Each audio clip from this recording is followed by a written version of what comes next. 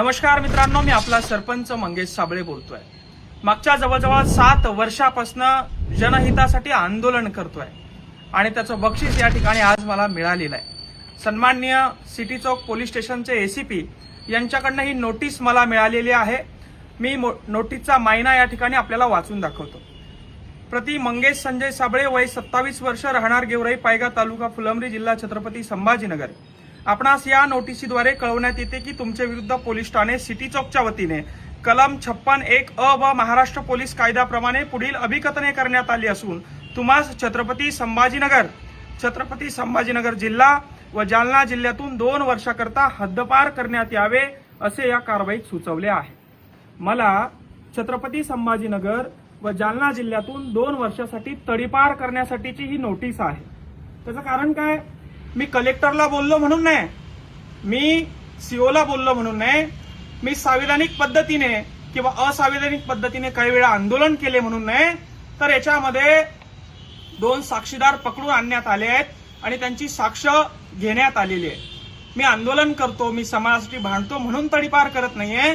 तर या छत्रपती संभाजीनगरचे सीपी सन्माननीय पवार व डीसीपी अतुलकर या दोघांनी IAS पदावर असताना संविधानाचा गैरवापर करून मी आंदोलन करतो म्हणून नाही, तर माझ्या विरोधात 2 साक्षीदार उभे केले, त्यांना खोटी साक्ष द्यायला लावली आणि त्यासाठी ते गुंडगिरीचे, व्यसनाचे आणि खंडणीचे गुन्हे या पद्धतीचे त्यांच्याकडनं दाखल करून घेतले आणि ते या 5 पानाच्या नोटिसीमध्ये त्यांचे जाब घेतले आणि मला तडीपारीसाठी त्यांनी पात्र ठरवलं।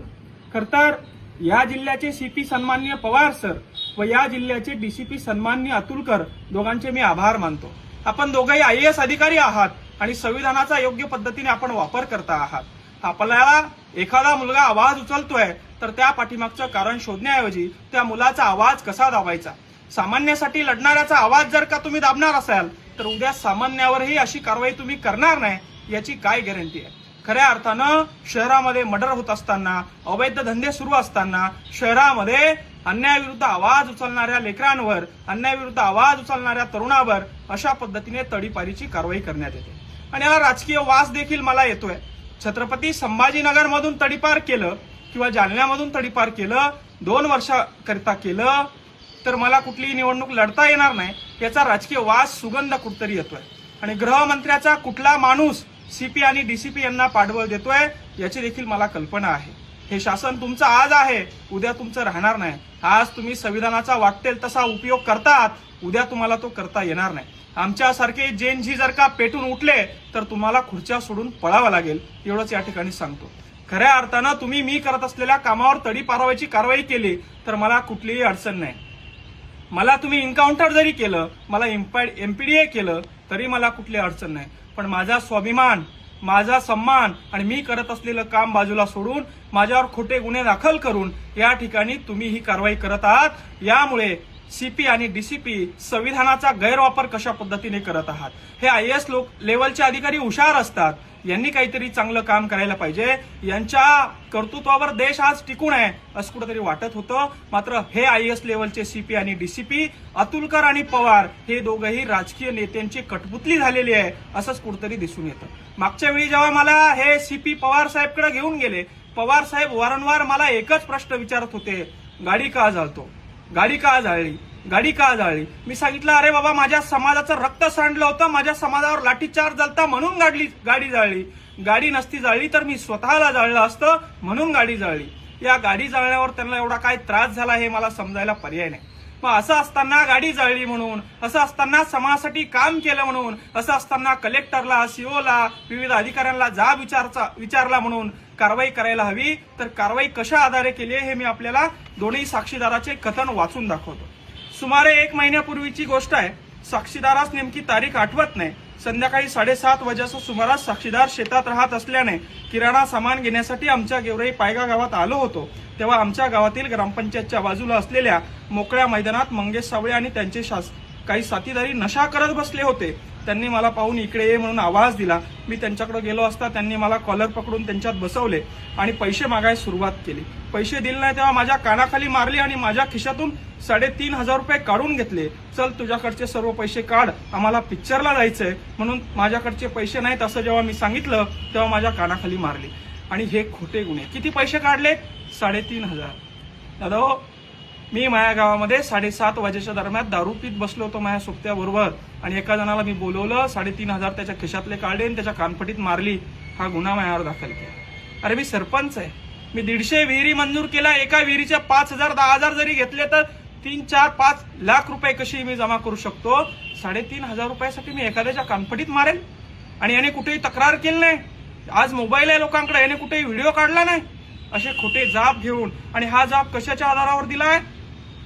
हकीकत सांगून साक्षीदाराने यानंतर कुठेही साक्ष अथवा जबाब देणार नाही या अटीवर सदरचा जबाब दिलाय. वाक्याचा अर्थ लक्षात येतोय?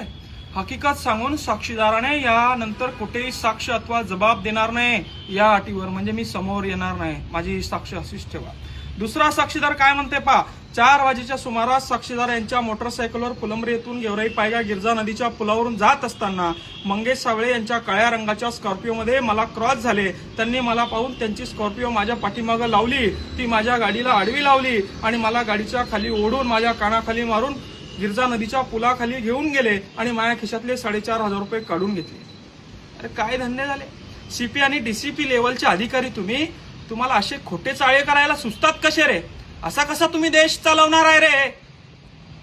असं जर खोटे बयान घेऊन तुम्ही देश चालवणार असाल तर धिक्कार आहे की मी या ठिकाणी जन्माला आलो. छत्रपती शिवाजी महाराजांचा, डॉक्टर बाबासाहेब आंबेडकरांचं संविधान असलेला हा महाराष्ट्र, आणि या महाराष्ट्रामध्ये पवार सीपी सारखे, अतुलकर डीसीपी सारखे अधिकारी जर राजकीय नेत्यांचं ऐकून माझ्यासारख्यावर तडीपाराची कारवाई करत असेल, 2-2 वर्ष मला या जिल्ह्यातून लोकांपासून तोडण्याचं काम करत असेल, तर याला महाराष्ट्राचे मुख्यमंत्री आणि गृहमंत्री आणि यांच्या कुठला एक संभाजीनगर मधला व्यक्ती आहे जो यांना सपोर्ट करतोय आणि मला त्याला आमदार व्हायचंय म्हणून मला या जिल्ह्यातून पळवून लावण्याचं काम करतोय. मी त्यांना एकच सांगू इच्छितो, बाबा हो, असं केलं ना तुम्ही आमदार होणार नाही. मंगेश सावळीची नाळ ही जनतेशी जोडलेली आहे. जमिनीतून, शेतीच्या मातीतून उगलेला मी नेतृत्व आहे. मला 2 वर्ष काय 10 वर्ष जरी तरीपार केलं, तुम्ही मला आवाज उचलू देणार नसाल, शिक्षणावर बोलू देणार नसाल, गोरगरीब कष्टकऱ्यांसोबत बोलू देणार नसाल, त्यांचे कामं करू देणार नसाल, तर या जेनजीनं करायचं काय? या तरुण पिढीनं करायचं काय?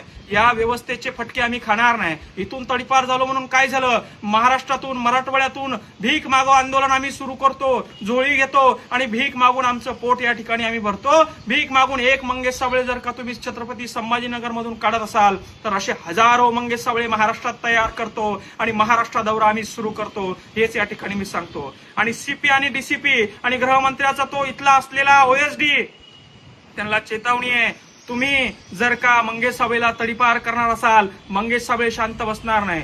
तुम्ही सन्माननीय मनोजदादा जरांगे यांच्याविषयी काय कट रचले, काय काय ऑफर माझ्याकडे घेऊन आले, कुठल्या कुठल्या हॉटेलमध्ये बसले, हे सगळे पुरावे माझ्याकडे आहेत. मनोजदादा यांचं आंदोलन मोडण्यासाठी, त्यांच्यावर डाव टाकण्यासाठी तुम्ही सगळे केलेले खेळ मी अजून समाजासमोर बोललो नाही. तुमचं आमचं काही नातं लागतं म्हणून मी शांत आहे, पण जर का मी बोललो तर तुम्हाला ही जनता पळू पळू मारल्याशिवाय राहणार नाही. एवढे मोठे हे तुमचे गुन्हे, एवढंच सांगतो. आणि मी तडीपार व्हायला तयार आहे हे देखील सांगतो. जय जवान, जय किसान.